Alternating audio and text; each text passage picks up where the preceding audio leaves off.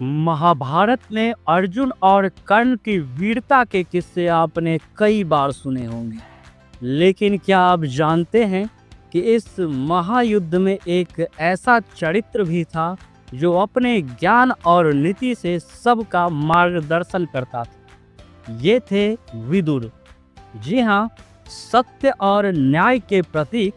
तो चलिए जानते हैं महाभारत के सबसे बुद्धिमान और धर्मप्रिय पात्र विदुर की कहानी। नमस्कार दोस्तों, स्वागत है आपका हमारे चैनल स्पिरिचुअल लाइफ ज्ञान की बातें पर। तो सबसे पहले जानते हैं विदुर का जन्म और उनकी पहचान के बारे में। विदुर का जन्म एक दासी के गर्भ से हुआ था, लेकिन उनका ज्ञान उन्हें राजकुल का हिस्सा बनाता था। वेद व्यास के आशीर्वाद से जन्मे विदुर ने हस्तिनापुर में नीति और धर्म का झंडा बुलंद किया। जन्म से ही वे दूसरों से अलग और अनोखे थे।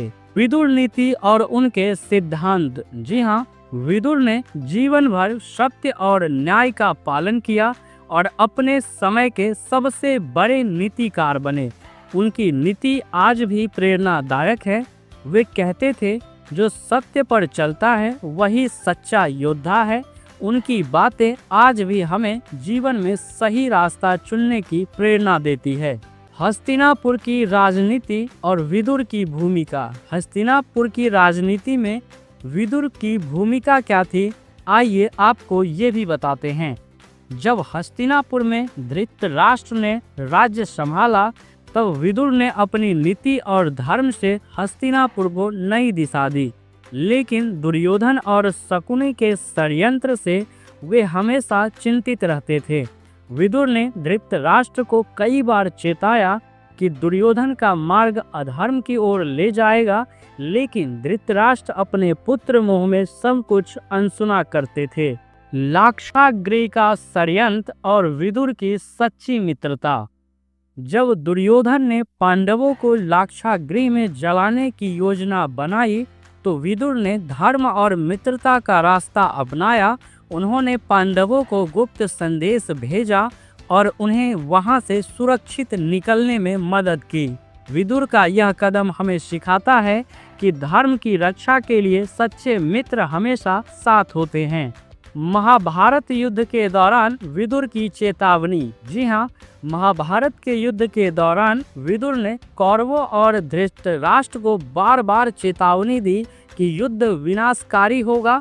उन्होंने कृष्ण के साथ मिलकर शांति प्रस्ताव का सुझाव भी दिया, लेकिन दुर्योधन ने कृष्ण का अपमान किया और युद्ध को अनिवार्य बना दिया। विदुर की धर्म की बातें अनसुनी रह गई। युद्ध के बाद विदुर का त्याग और संन्यास। जी हाँ, आपको यह भी जानना चाहिए, महाभारत के युद्ध के बाद विदुर ने अपना सब कुछ त्याग दिया और वन में तपस्या करने चले गए। एक समय पर युधिष्ठिर उनसे मिलने गए और विदुर ने उन्हें अपने ज्ञान का आखिरी उपदेश दिया।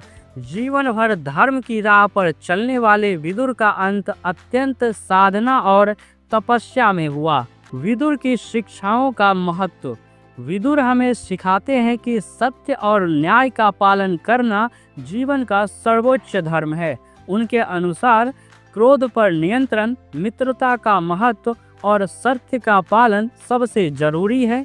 उनकी नीतियां हमें जीवन को एक नई दिशा देती है। दोस्तों, विदुर के त्याग और विदुर का धर्म नीति के बारे में आपका क्या कहना है? आप अपनी राय वीडियो के नीचे कमेंट जरूर करिएगा। तो क्या आप भी विदुर की तरह सत्य और धर्म का पालन कर सकते हैं? विदुर की यह कहानी हमें बताती है कि धर्म का पालन ही सच्ची जीत है। अगर आपको यह कहानी पसंद आई हो तो वीडियो को लाइक करें और ऐसी ही प्रेरणादायक कहानियों के लिए हमारे चैनल को सब्सक्राइब करें।